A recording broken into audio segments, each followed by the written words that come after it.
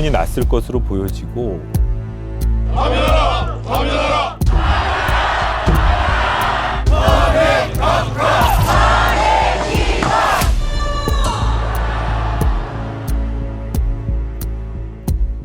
경우의 수는 뭐 있겠죠. 근데 확률은 뭐 거의 없다. 누가 법조인들끼리 그렇게 법 가지고 장난치라고 사법제도를 만들어 놨습니까? 비상계엄을 선포합니다.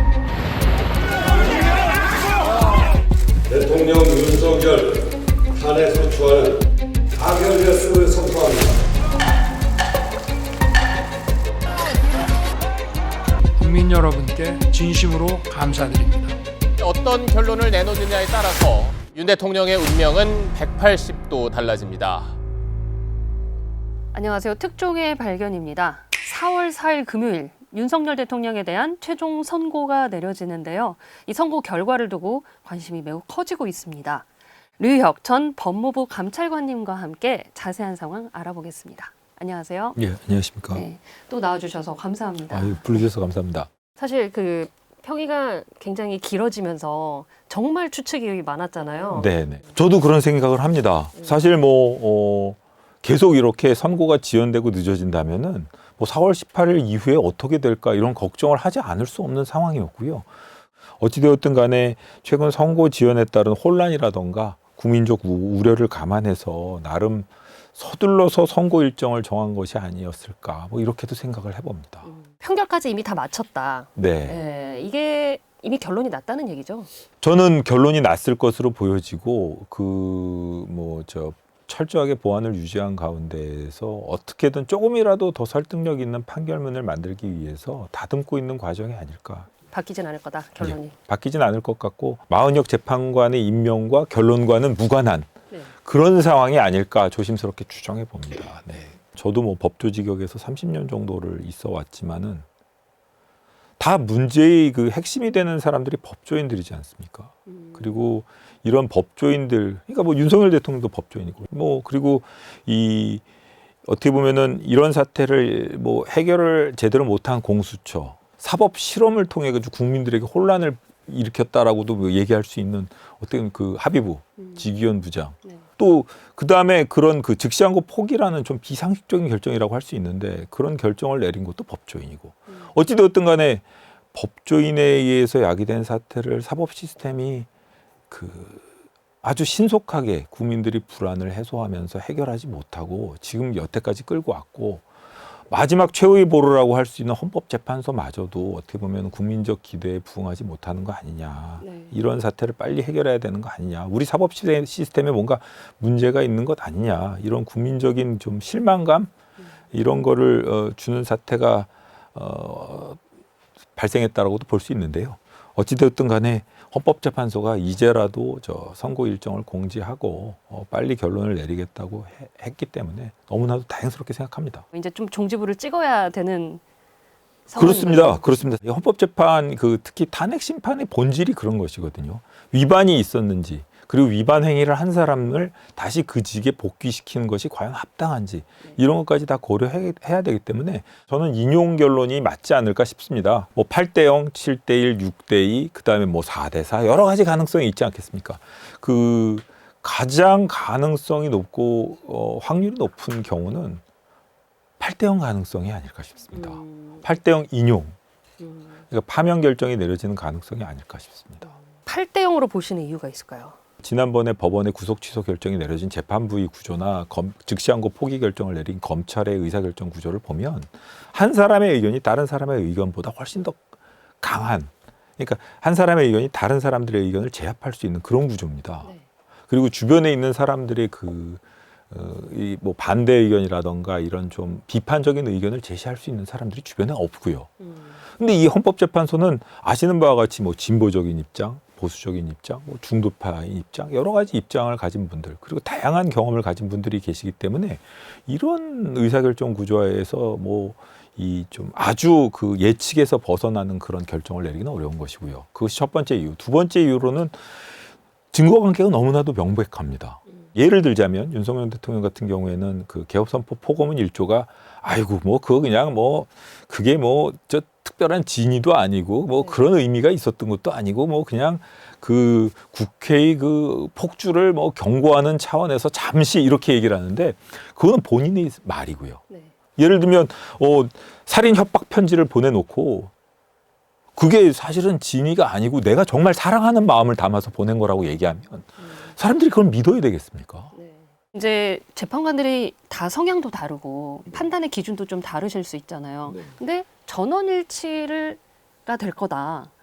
그러지 않을 수도 있는 거잖아요. 정말 다 다르니까. 맞습니다. 그러지 않을 수도 있습니다. 그러지 않을 수도 있는데 저는 그런 상황 이렇게 생각을 해봅니다. 기각 의견을 어떻게 쓸 수 있을 것인가? 국민들을 계몽하기 위한 계몽하기 위한 계엄은 가능하다? 그거는 어디 헌법교과서에도 나오는 것이 아니고요. 그런 식이라면은 나와 상대방의 생각이 다르면 언제라든지 그걸 경고하기 위해서 군을 동원해 가지고 무력으로 나의 의사를 표현할 수 있다는 것인데 그게 민주국가에서 가능한 방식이겠습니까?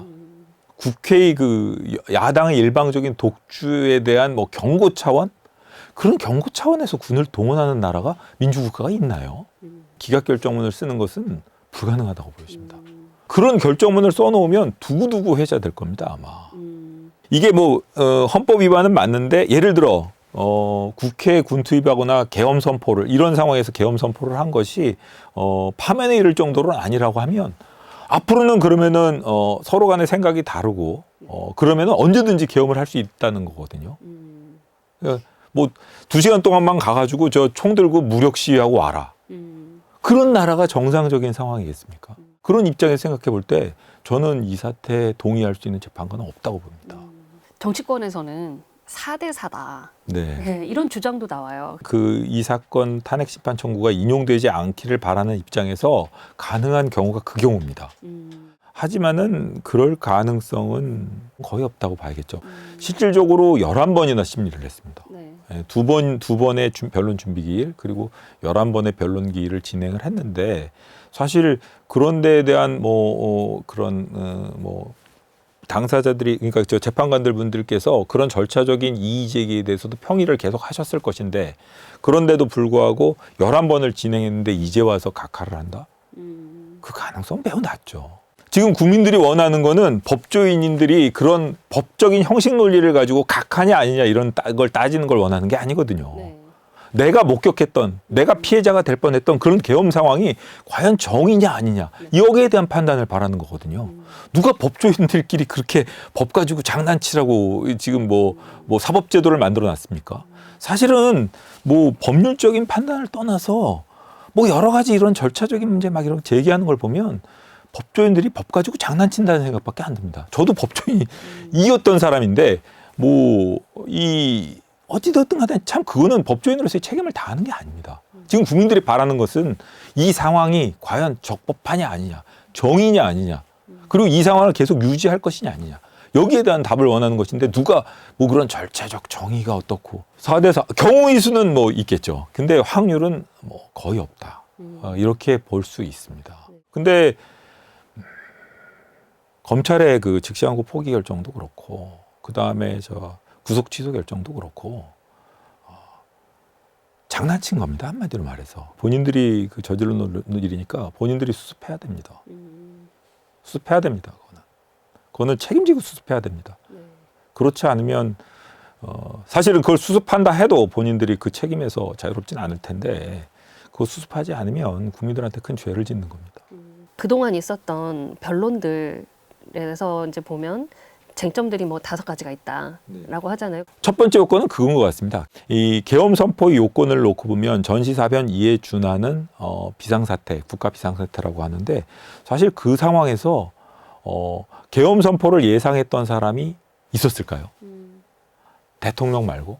사실 이제 와가지고 대통령 말을 듣고 보니 계몽이 됐다 이런 얘기를 하면서 그럴 수도 있는 것이지 이렇게 얘기하는 거는 이건 제가 보기에는 사후적인 거고 사후적으로 그걸 합리화하는 것에 지나지 않고 그 상황에서 계엄 선포가 군인들조차도 그렇게 하지 않습니까? 북한이 쳐들어왔나? 이런 생각을 했다는 거 아니겠습니까? 그런 상황에서 계엄 선포를 합리적인 생각을 가진 사람이 계엄 선포를 예상할 수 있는 사람 하나도 없고요. 또 하나 국무위원들도 한 사람들이라도 동의했다는 사람이 있었습니까? 그 하나만 놓고 보더라도 윤석열 대통령은 잘못했습니다. 이 정치인 체포의 부분, 국회 활동을 저지하겠다. 이 부분을 굉장히 어떻게 판결을 할까 굉장히 궁금하거든요. 홍장원, 그다음에 뭐 곽종근 사령관의 진술, 그다음에 다른 여러 가지 정황, 뭐 이런 것을 종합해서 그런 정치인에 대한 체포 지시가 있었다라는 부분에 대해서 어느 정도 사실 설시가 되면서 그 부분도 탄핵 심판, 그러니까 파면 결정의 이유로 설시되지 않을까라는 생각이 듭니다. 대통령이 구체적인 지시가 있었다고 결론을 내릴 것이다. 홍장원, 그 곽종근 사령관의 진술이 오염됐느니 뭐 이런 얘기를 하지만 전체적인 취지에 있어서는 일관되거든요. 그런 그 곽종근과 이런 그 공수특전부대 뭐 그때 당시 그 대원들의 이런 행동, 그 군인들의 행동이 있지 않습니까? 그런 군인들의 행동의 최고 책임자가 대통령이라는 거. 네. 형법적인 공범관계를 인정하는 데 의해서는 엄격한 증명이 필요하겠지만 그 최고 책임자 그리고 그거에 대한 정치적 도의적 책임을 져야 될 사람이 대통령이라는 걸 인정하는 건 어렵지 않거든요. 그렇기 때문에 그런 것만 가지고도 충분히 탄핵 사유로 삼을 수 있지 않을까 이런 생각이 듭니다. 이분 굉장히 인상적이었다. 최종 결정이요. 저는 뭐 그런 그 사실 인정이나 이런 거보다는 윤석열 대통령은 헌법재판소의 변론기일에 직접 출석함으로써 그리고 거기서 그게 뭐 합당한 주장이든 뭐 일반적인 상식에 비춰봐서 뭐 이렇게 받아들일 수 있는 주장이든 아니든 뭐 궤변이든 뭐든 간에 여러 가지 주장을 했지 않습니까? 뭐 군인들이 자기 명령을 당연히 따르지 않을 거리라는 걸 뭐 예측하고 다 명령을 했고 요즘 같은 민주국가에서 뭐 저 군인들이 저 말을 따르겠습니까? 지지자들을 설득하고 일부 대세라던가 그런 데 있어서 약간의 국명 전환은 가능했던 것 같아요. 김용현 장관과 그 주거니 박건이 했던 얘기 있지 않습니까? 아이고 내가 빼자고 했는데 뭐 다 그랬지 않습니까? 아 이제 보니 생각이 납니다. 이런 것들은 전부 다 저 남겨둬야 된다고 생각합니다. 이런 사람이 있었다. 이런 사람이 있었다. 저는 어떻게 보면 그런 증거법적인 그 법적인 주장 이런 것보다는 그런 그 일반인들의 상식에 어긋나는 여러 주장들 그리고 그 어떻게 보면은 저 무슨 그 슬립스틱 코미디 같은 그런 그 뭐 이 만담에 가까운 그런 대화 내용들 이런 것들이 참 국민들에게 실망감을 많이 준 것 같고요. 국민들이 이번 사태를 통해서 아 저런 사람이 있었구나라는 거를 절대로 잊지 않도록 그게 계속 자자손 대대손손 이 물려질 수 있도록 그렇게 해야 된다고 생각합니다. 윤석열 대통령이 이번 탄핵 심판 이 선고에 출석을 할까요? 참 그게 어려운 질문입니다. 그게 이제 윤석열 대통령 그거는 그 사람의 내심을 떠보는 건데 윤석열 대통령이 출석했을 때 탄핵이 기각되는 경우라면 모르겠지만 인용되는 경우라고 생각했을 때는 그 경우의 혼란은 너무나도 뻔해 보이거든요. 네. 난리가 날 겁니다. 좀 어른답게 행동을 해줬으면 좋겠다는 생각이 들고요. 국민들에게 끝까지 폐를 끼치는 결과니까요. 이게 좀 현명하게 그것도 좀 고려를 해주셨으면 좋겠습니다. 근데 뭐 어떤 분들은 그렇게 말씀을 하시기도 하더라고요. 여태까지 해왔던 윤석열 대통령의 뭐 여러 가지 모습을 볼 때 출석해서 인용됐을 때 지지자들 향해서 지지 메시지를 내고 더 혼란을 부추기는 상황을 초래해도 그거는 어떻게 보면 윤석열 대통령이 여태까지 모습다운 것이기 때문에 그런 혼란 상황이 일어나지 않도록 뭐 어떻게 보면 승복 메시지를 낸다던가 그리고 그런 어떻든 결론이 내려졌을 때 그 결론에 동의하지 않더라도 그 동의하지 않는 그 뭐 방식 거기에 대해서 뭐 항의하는 방식은 헌법 질서 그리고 법 질서의 테두리 안에서 이루어져야 한다는 것이죠. 근데 어찌되었든 이 사태가 빨리 수습돼가지고 일상을 되찾았으면 좋겠습니다. 정말로 평온한 일상을 되찾고 잠 푹 자고 뭐 하고 싶은 일 마음껏 하고 그랬으면 좋겠다는 생각이 듭니다. 네. 오늘 말씀 여기까지 듣겠습니다. 감사합니다. 아, 예, 예. 네. 예, 예.